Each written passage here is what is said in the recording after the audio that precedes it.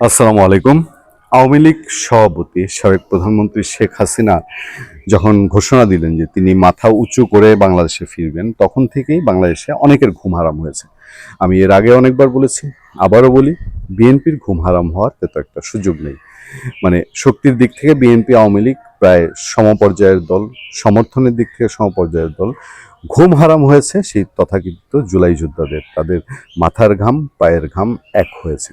এখন শেখ হাসিনা যে ঘোষণা দিলেন, এই ঘোষণার পরে এই তথাকথিত জুলাই যোদ্ধারা, আমি নিশ্চিত যারা বিভিন্ন দিকে ছুটছে, ভাই কি হচ্ছে রাজনীতি, কি হচ্ছে, যে শেখ হাসিনা বারবার বলছে সে চলে আসবে, এই বছর চলে আসবে, আসলে কাহিনী কি, মনে মনে আবার একটু বোধহয় সন্তুষ্টি প্রকাশ করে, আর আসবে কবে।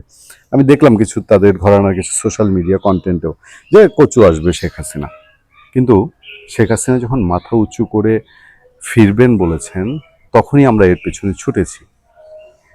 বাংলাদেশে এবং ভারতে যারা খ্যাতিমান বিশ্লেষক, তাদের কাছে প্রশ্ন করেছি যে আসলে ঘটনাটা কি, শেখ হাসিনা ফিরবেন, এরকম কি সম্ভব, বাস্তবতার সঙ্গে যায়? আমরা যে উত্তরগুলো পেয়েছি, এই উত্তরগুলো হচ্ছে দুই তিনটা দিক। একটা হলো তার না ফেরার আর কোনো পথ নাই। তিনি যদি এই সময়ে, বিশেষ করে তার বয়স, তিনি যদি এই সময়ে তার ইচ্ছার বাইরে, তিনি যে ইন্ডিয়াতে আছেন এটা তো তার ইচ্ছার বাইরে থেকে তিনি জীবন অবসান করেন, তাহলে রাজনৈতিকভাবে তারও যেরকম সর্বনাশ হয়, তার দল আওয়ামী লীগের সর্বনাশটা হয় আরও বেশি। এর বাইরে জাতীয় আন্তর্জাতিক প্রেক্ষাপট, আওয়ামী লীগকে রাজনীতি করতে দেওয়ার প্রেশার এবং বিএনপির বাংলাদেশের বাস্তবতা অনুধাবন, এবং সেই অনুধাবন সাপেক্ষে কোনো যদি একটা সমঝোতা হয়ে থাকে, কোনো যদি একটা বোঝাপড়া হয়ে থাকে, তাহলেও সেটা উড়িয়ে দেবার নয়।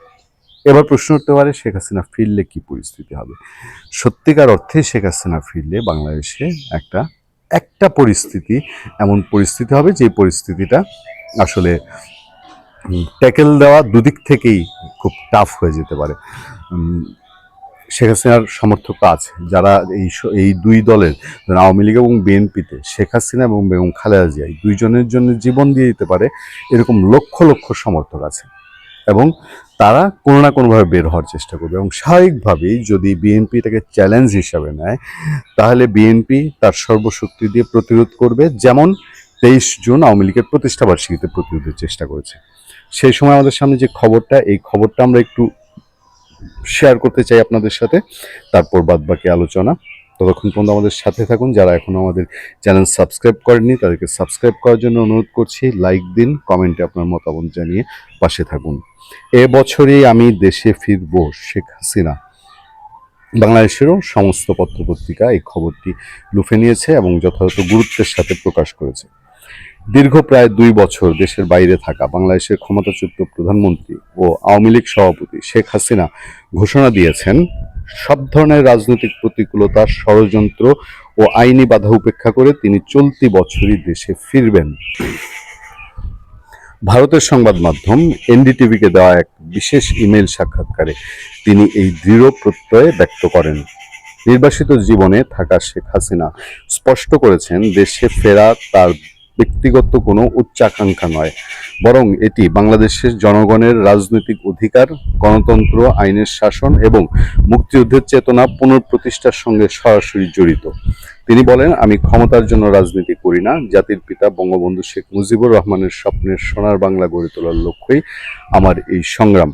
তিনি মৃত্যুকে ভয় পান না জানিয়ে বলেন, 1975 সালের ট্র্যাজেডি এবং 21 আগস্ট গ্রেনেড হামলার মতো কঠিন সময় পার করেছেন, প্রতিবারই জনগণের পাশে দাঁড়িয়েছেন এবং এবারও সব বাধা অতিক্রম করে তিনি তার মাতৃভূমিতে ফিরে আসবেন। দলটির উপর নিষেধাজ্ঞা এবং বর্তমান রাজনৈতিক পরিস্থিতি নিয়ে শেখ হাসিনা বলেন, আওয়ামী লীগ কোনো কাগজের সংগঠন নয়, এটি বাংলার মাটি ও মানুষের ইতিহাস এবং জাতীয় পরিচয়ের সঙ্গে গভীরভাবে মিশে আছে। ৭৭ বছরের ইতিহাসে দলটি বারবার কঠিন সময়ের মুখোমুখি হয়েছে, কিন্তু প্রতিবারই জনগণের শক্তিতে ঘুরে দাঁড়িয়েছে। তিনি অভিযোগ করেন, কিছু বাংলাদেশ বিরোধী শক্তি ষড়যন্ত্রের মাধ্যমে জনগণের একটি অংশকে বিভ্রান্ত করে ক্ষমতা পরিবর্তন করেছে, কিন্তু মানুষের হৃদয় থেকে আওয়ামী লীগকে মুছে ফেলা সম্ভব হয়নি। দলের উপর আরোপিত নিষেধাজ্ঞা ও হাজারো মামলা প্রসঙ্গে তিনি বলেন, আওয়ামী লীগের রাজনৈতিক পুনরুত্থান কোনো সরকারের দয়ার উপর নির্ভর করে না। তিনি দাবি করেন, দেশের বিভিন্ন প্রান্তে সাধারণ মানুষ স্বতঃস্ফূর্তভাবে দলটির সমর্থনে মিছিল করছেন, যা আওয়ামী লীগের পুনর্জাগরণের স্পষ্ট লক্ষণ। শেখ হাসিনা উদ্বেগ প্রকাশ করে বলেন, 5 আগস্টের পর বাংলাদেশের মূল ভিত্তি জাতীয়তাবাদ, গণতন্ত্র ও ধর্মনিরপেক্ষতার উপর আঘাত হানা হয়েছে। তিনি অভিযোগ করেন, মুক্তিযুদ্ধের স্মৃতিচিহ্ন ধ্বংস, জয় বাংলা স্লোগান নিষিদ্ধ এবং সংখ্যালঘু ও সাংস্কৃতিক প্রতিষ্ঠানের উপর হামলা বাংলাদেশকে একটি ব্যর্থ রাষ্ট্রে পরিণত করার অপচেষ্টার অংশ। বিএনপি বা অন্য কোনো শক্তির সঙ্গে গোপন সমঝোতার গুঞ্জনকে সম্পূর্ণ নাকচ করে দিয়েছেন শেখ হাসিনা। তিনি বলেন, আওয়ামী লীগ কারো রাজনৈতিক দয়া চায় না। গণতন্ত্র, জনগণের ভোটাধিকার কোনো গোপন দর কষাকষির বিষয় নয়, এগুলো সাংবিধানিক অধিকার। এই জায়গাটা আমার হাসার একটা ছোট্ট কারণ, কাউকে তাচ্ছিল্য করা না, ছোট কারণ হচ্ছে রাজনীতিতে গোপন বা পর্দার আড়ালে যদি কোনো সমঝোতা বা কোনো আলাপ হয়, কোনো বিশেষ কোনো সিদ্ধান্ত হয়, তাহলে এটা সাধারণত বাংলাদেশে কোনো রাজনীতিবিদ এটা স্বীকার করেন না। ভারতে অবস্থান করলেও তার মন পড়ে আছে বাংলাদেশে। তিনি জানান, বাবার সমাধি এবং প্রিয় দেশবাসীর কথা ভেবে তিনি প্রতি মুহূর্তে অস্থিরতা পার করেন। তিনি বলেন, আমি শেষ দিন পর্যন্ত সংগ্রাম চালিয়ে যাব। আমি দৃঢ়ভাবে বিশ্বাস করি জনগণ আবারও গণতন্ত্র ফিরে পাবে এবং আওয়ামী লীগের জনগণের শক্তিকেই ঘুরে দাঁড়াবে। আপনারা খেয়াল করে দেখবেন যে শেখ হাসিনার যতগুলো বক্তব্য এর মধ্যে মিডিয়ায় এসছে, বাংলাদেশ এবং ভারতের কোনো বক্তব্যেই তার বিরোধীরা, বাংলাদেশের ভেতরে যারা আছে, এটা বিএনপি বলেন, এনসি বলেন, জামাত বলেন, তারা যে বলে যে শেখ হাসিনা আওয়ামী লীগের কোনো অনুশোচনা নেই, তারা ক্ষমা চায় না, এই নিদর্শনটা আওয়ামী লীগের মধ্যে দেখা যায় না। এবং আমাদের ধারণা যে এইটা না দেখা যাওয়ার কারণটা হলো যে আওয়ামী লীগ যতদিন পর্যন্ত দেশের ভেতরে স্বাভাবিক রাজনীতি করতে না পারবে, ততদিন পর্যন্ত তারা এই ধরনের কিছু করে খাটো হওয়ার মতন সিদ্ধান্ত নিবে না। তারা যদি দেশের স্বাভাবিক রাজনীতি করতে পারে, তাহলে নিশ্চিতভাবে এই দলটা কখনো না কখনো সরি বলবে, কারণ তাদের বহু ভুল ত্রুটি ছিল, তাদের শাসনামলে বহু ভুল ত্রুটি ছিল, তাদের শাসনামলেও বিরোধী দলের প্রতি দমন পীড়নের অবস্থান ছিল। কিন্তু এখন যে অবস্থান, আমি জানি না, আমার কাছে শেখ হাসিনা ফিরবেন কি ফিরবেন না, হ্যাঁ, এটা বাংলাদেশে আওয়ামী লীগ যারা করে তাদের কাছে খুবই গুরুত্বপূর্ণ যে শেখ হাসিনা বিহীন আওয়ামী লীগ তারা এখনো কল্পনা করতে পারে না।